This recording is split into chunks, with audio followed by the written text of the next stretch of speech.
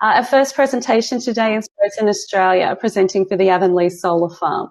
Rez are developing the Avonlie Solar Farm, located around 20 kilometres south of Narrandera, New South Wales. The proposal is for solar and energy storage, a facility which will consist of around 667,000 solar panels mounted on either fixed or single axis tracking systems, with a total solar capacity of around 200 megawatts. The project will generate around 200 jobs during construction and around 130 indirect supply chain jobs as well. So please welcome to the stage Rez in Australia Head of Solar and Storage Development Mike Whitbread and Beyond Energy Solutions Project Controller Sophie Habel. Thank you. Thanks, Nicola. So I'm going to try sharing my presentation. Let me know how we go.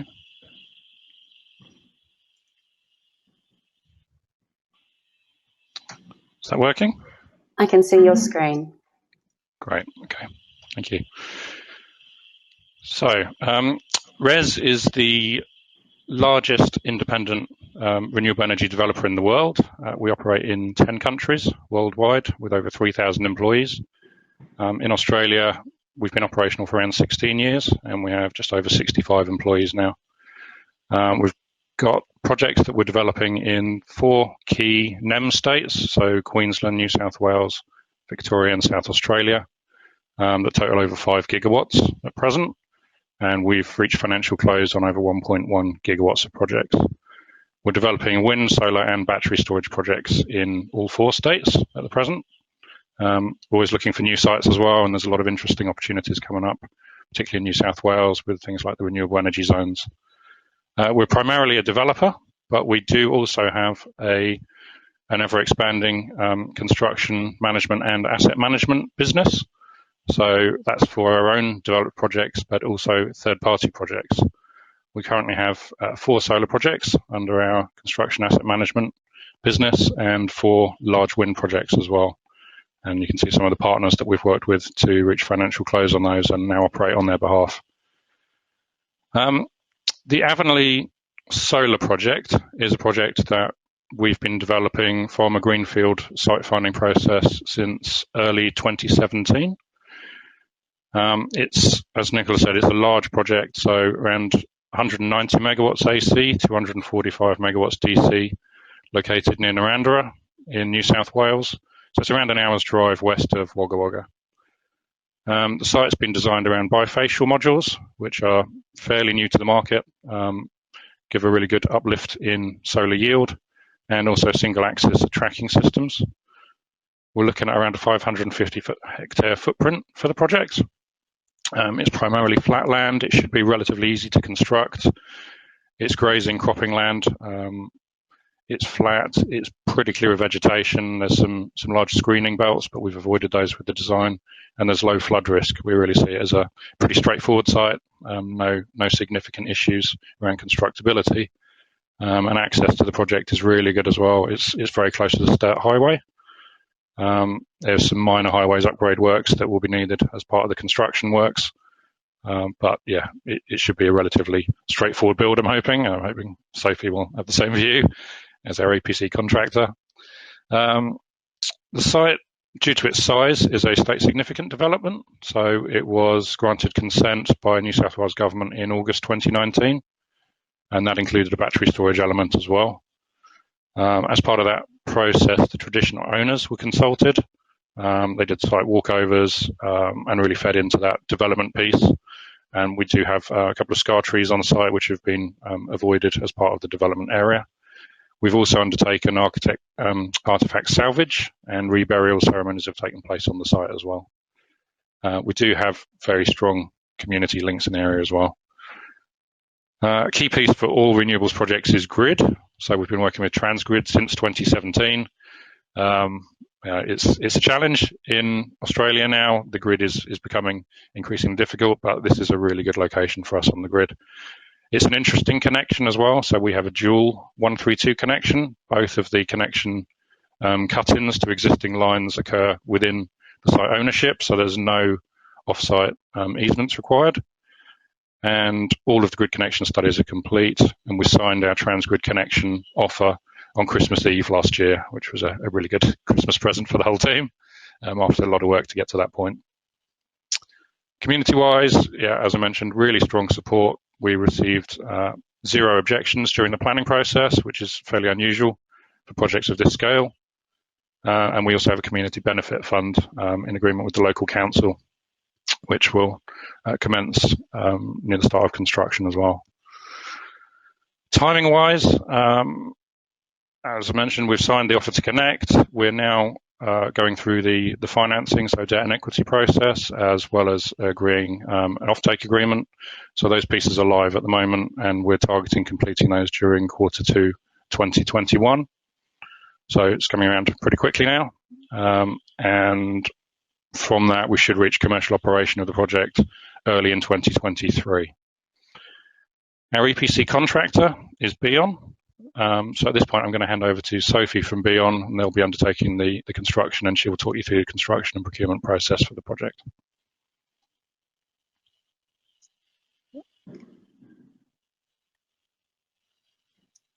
Sophie, I have you pinned and ready for you to share screen. Thank you. Nicola, can you see my screen? Not yet, I'm sorry, no. That's okay.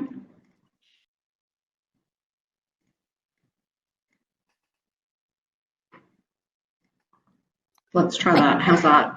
I can see you screen. If you'd like to try presentation mode for full screen. Sure. That, you can see that now, presentation full screen? Oh, it's still the back of the screen, actually. I can't see the slideshow from the beginning. Don't we all just love technology? Oh,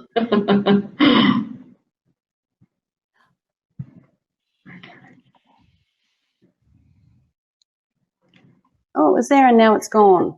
Here we go. How's this? Perfect. Great. The joys of virtual. Thank you for having me. Like Mike said, my name's Sophie. I'm the project controller for Beon Energy Solutions. So for everyone, I'm in Melbourne. This is my first day out of lockdown, so it's quite nice to get on board. It's been nice to actually leave my house, so it's been really nice, and thank you for having me. I will be presenting on behalf of Beon relative to our engagement with RES at Avonlie Solar Farm. So I am a project controller, and I manage the engagement and procurement of services and materials across multiple solar farms. We have a really great large team that help with that.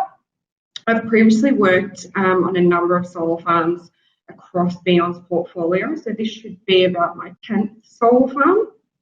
And my primary focus for 2021 is that of Melbourne Water solar farms. So I'm dipping my toes into Avonlie for the time being. So Beon, we are the unregulated business side of Victoria's largest electricity distribution network, PowerCore. So we have a great standing being able to help with that side of the business. We specialise in the design, construction, project management and maintenance of large-scale renewable energy and infrastructure projects. But by far and wide, in terms of size of budgets and workforce, the largest area of our business is solar. We do both commercial and industrial and large-scale solar, just like this one at Avonlie. So Beon have been active across Victoria, New South Wales and Queensland for a number of years.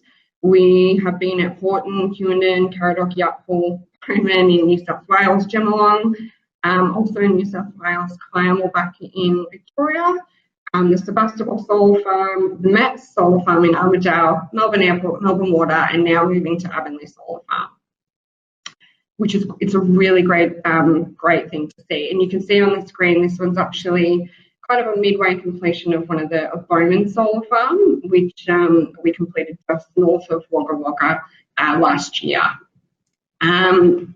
So Beon have some pretty extensive community initiatives. We've integrated into the Victorian and New South Wales communities in which our solar farms are constructed and operate, and we continuously maintain those commitments to this integration and supporting the local community. We also find that through these initiatives, we gain long-term loyalty from personnel employed on the project. We actually find a lot of our employees follow us to the new farms. So knowing that our construction projects may only last as little as 12 months from start to finish, we aim to make a really meaningful impact to the local community by hiring local and giving people facing barriers to employment a real shot at giving it a go. And where possible, we provide as much training and support to young people where we can. Our Women in Solar program has been an absolute success. We kicked it off in Caradoc in Victoria in 2018, and we've continued it at Avonlie Solar Farm, and we are 100% looking at continuing that through the rest of the solar farms as well. Beyond this, at Bowman, we also helped set up a partnership with Mount Austin High School, and which helps and aims to help girls stay in school longer and support transitioning into the workforce, and also looking at renewables as a larger scope.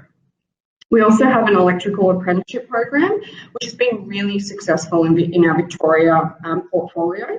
We partnered with Sunny Tafe in Mildura, and we have been able to successfully get our apprentices through. They're currently in their third year of a fourth year electrical apprenticeship. We are looking at building that again in New South Wales. Like Mike said, there's challenges with every kind of project, and we're just working with New South Wales TAFE to build a similar program, and we will help to push that through for the remainder of those projects, because we all know renewables isn't slowing down. So based on that, we aim to maximise the local benefit, and that's why we're all here today. We really focus on getting into the local community, and something we pride ourselves on. We aim to maximise that benefit as much as we possibly can in that short period of time that we have. We begin as early as we can with community briefings and information sessions just like this one. These allow the community to get a sense of the impact they can have in being part of a renewables project, and how they or their businesses themselves can get involved. The community briefings and information sessions provide those really key introductions to the stakeholders engaged on the solar farm. So my suggestion is, if you see one of those advertised and you're interested, don't be afraid to go. Sometimes it's those introductions and sessions that make the world of difference in aligning you where you need to be to get onto the solar farm. We also proactively link in with New South Wales Government Industry Capability Network, so ICN, and tap into their resource pool, in particular for our specialised service items, which we'll go over later. So if you're not registered with ICN, I suggest you pop onto their website and get hold of their contact and register as soon as you can. So these briefings aim to help provide the community with an avenue for helping those that could use the opportunity to start afresh, like the long-term unemployed, those that face significant barriers to employment. We have recently retrenched, recently displaced, and more pertinent, those that have lost their job due to the COVID-19 pandemic. Right, so it also has a really large spin-off for local accommodation, hospitality, and other services as well. So we might see those significant impacts at the beginning and throughout the life cycle of the project, but it's also those offshoots as well that really help build a community sense when we build those solar farms. So to Avonlie. So as Mike said, I'm not going to go through how big it is beforehand, how big it is, but essentially it's close to 670,000 panels. They are all manually installed, so it's a really big job. It's actually one of the biggest solar farms Beyond has taken on to date, and it is a really great challenge. Like Nicola and Mike said, close to 200 new jobs, but we also require quite a lot of support mechanisms with services and materials to get to that point. So we're looking at commencement with early works in Q2 of this year, and then the construction program from Q3 this year to Q4 of next year. Right, so over to the fun stuff. I'm just going to go through how we procure at Beyond. It's fairly straightforward. We're not reinventing the wheel here. So how we do it, it's essentially split into two categories, so materials and services. Our services are primarily managed through a request for quotation, email portal via the project controller, so that's myself, and also our senior specialist teams. And in the cases of large value or high risk contracts, we also use a formal request for tender portal. You will be invited to participate in either of those based on your company's profile and potentially your expression of interest. And also if you provided registration to ICM. Materials, they're managed similarly based on your expression of interest. I'll go over that later in the contact session. That's the primary resource we use for engagement. So all I can say is make sure your capability statement is clear. You're concise and direct in your contact details remain up to date for those purposes. If you need to update them, feel free to send through another expression of interest. We'd much rather have up-to-date contact details than old ones. This is what everyone's been looking for, those specific procurement input items. First of all, what we look for when we go out to market is how we assess those criteria. And we're looking at your health and safety and environmental record, so your TRIFR and your LTI rate, and also your ability to assist with maintaining that environmental concern across the project. We look at your ability to mostly adhere to the technical specification, or where you can provide a better working solution, and also the adherence to the delivery timeframes. They can get pretty tight, so that's usually something that's quite a big focus. Pricing, of course, is a natural component, but those items that I've just mentioned, they're the primary focus. So I'll move on to materials now. There are quite a number of materials that we purchase across the life cycle of the project outside of those big ticket items like the tracking system and the panels that require like local involvement. And you can see them listed on the screen there, but I'll just go through anything that doesn't quite reflect. So the CCTV, that is temporary and permanent. We usually look at a temporary installation at the start of the project and then obviously fall through to permanent towards the end. Our labelling goes across the farm. It can be the row labelling, it can be the SCB labelling, and other labelling that's relative to making sure that each component on the site meets our standard. We also have the general consumables.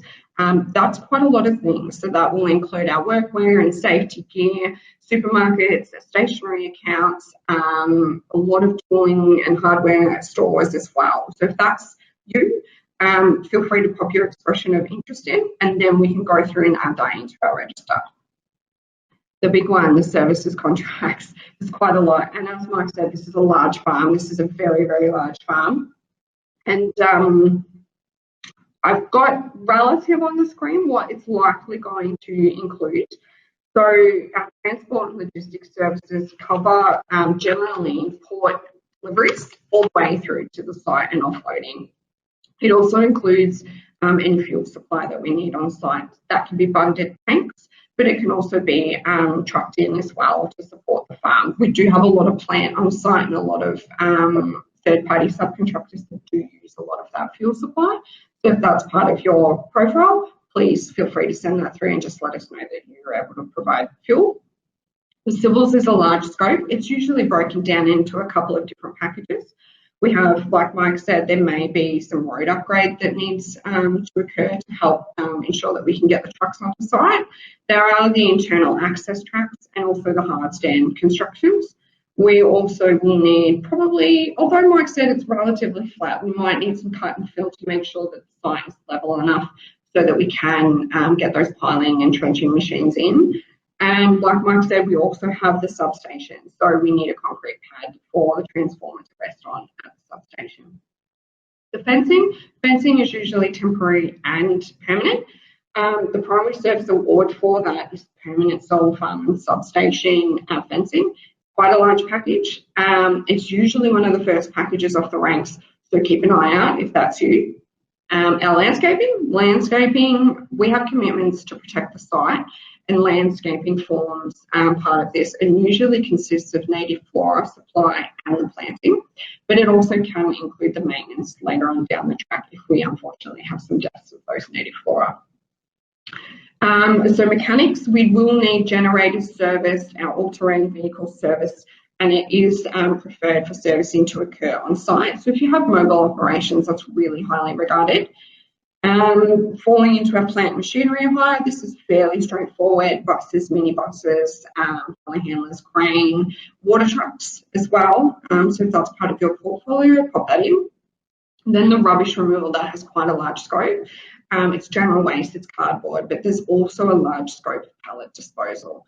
It's really great to engage the local community for pallet disposal because it's such a versatile material.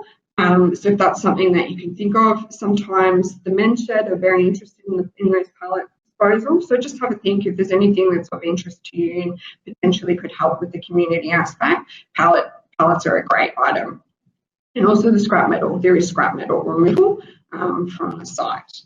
Then the site amenities and the buildings, that's a catch-all for all of them. It includes the offices, the crib rooms, the ablutions. It also includes some catering. Usually the catering is done on site. We usually define that closer to mobilisation. So if you have capacity to do on-site catering, that's a really great thing to get involved in.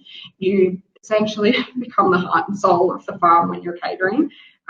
Sometimes those days are long, they're hot, and the first thing that everyone wants is a pie and a Coke and a glass of water and a coffee when they come in for snacks. So it's a really great opportunity to really embed yourself into the project. We also need cleaners. We probably need a plumber, and although we're an electrical company, likely can use electrical resources from the local community to help set up those sites. Security is quite a large one. We do usually have temporary security through the life cycle of the project. It could be 24/7, it could be momentarily when the site shut down. So just bear that in mind if you're popping your expression of interest in. We also have wildlife catch and release services. That's our fauna, it's the snakes, it's moving on the kangaroos and any of the sheep or cattle that are grazing. And quite a significant portion of mowing and site clearing when we get those heavy rains that then come followed by lots of beautiful sunshine, which includes about 12 inches of grass growth. So if you have the capacity of a slasher and a tractor for mowing at that site, it's a large site, so that's very, very helpful. Right, so there are major services contracts. We now have a specialised services portfolio as well, where, because we are an electrical construction for the solar farm, there are those specific ones that you can see on the screen there that are very specialised. Most of those come through from ICN.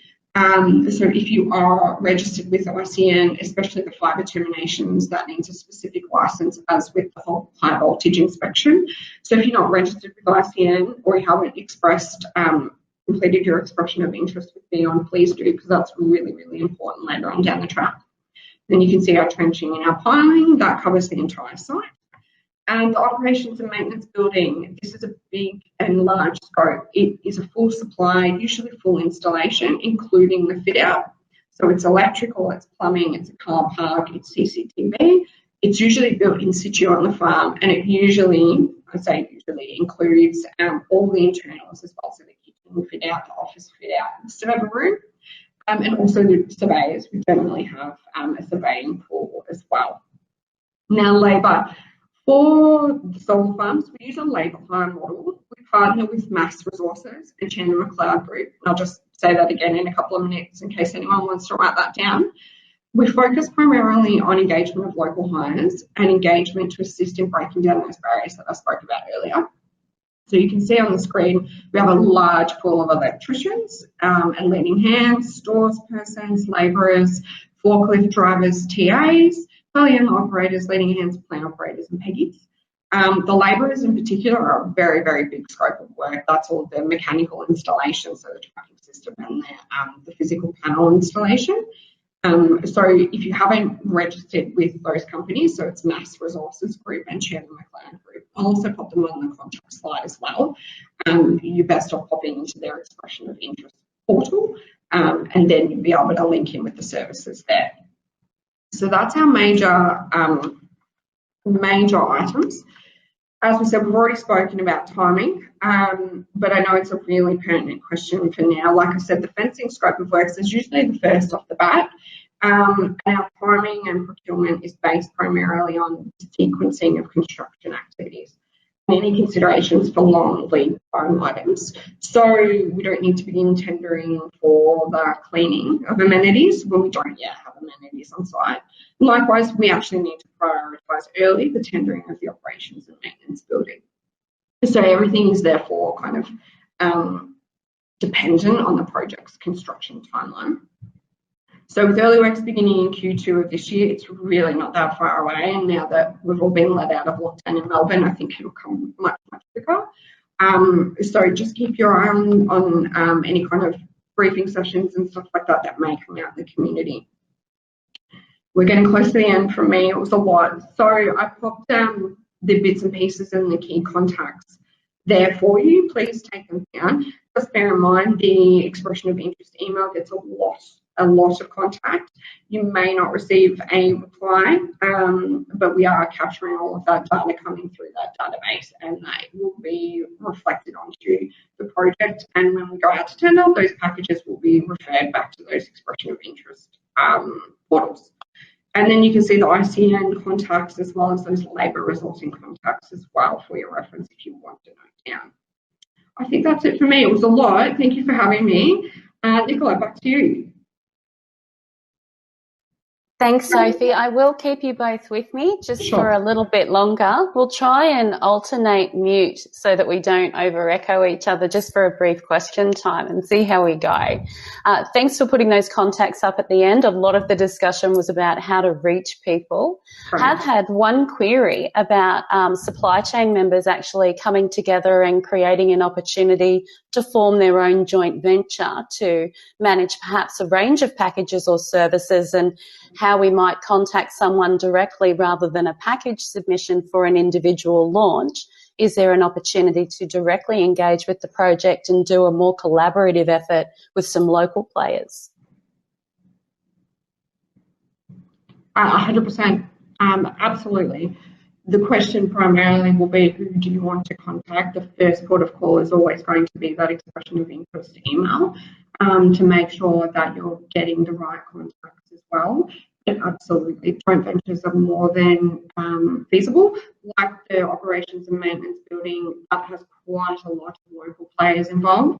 And generally, it's one key company that likes to manage the rest of them, but that's more than capable of creating a joint venture to handle that package if that's feasible. That email address is the primary contact. Then, like I said, from there, any kind of those high-level technical questions will need to go through to our procurement specialists as well as our legal teams.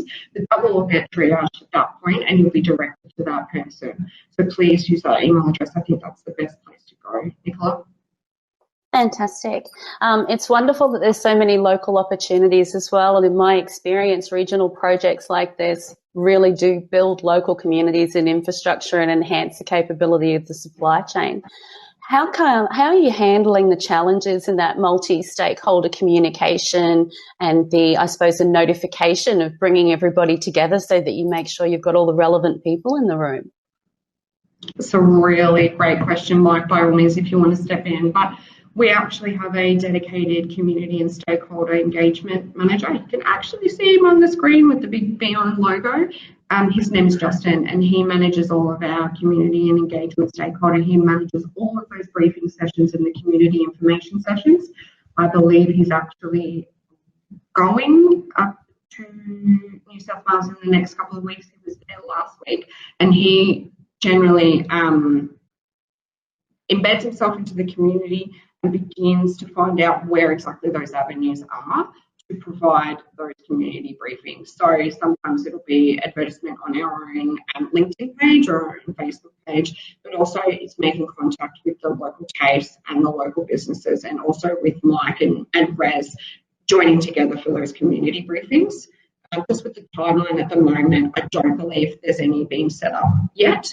But I'm sure if you keep an eye on our LinkedIn page, there's generally something coming through there. I think that's the biggest message, isn't it, for updates, making sure that the supply chain is registered through the ICN gateway, following your LinkedIn profile, getting all the relevant information, and we've got the contacts. Mike, Sophie, thank you so much. What a fantastic presentation to start.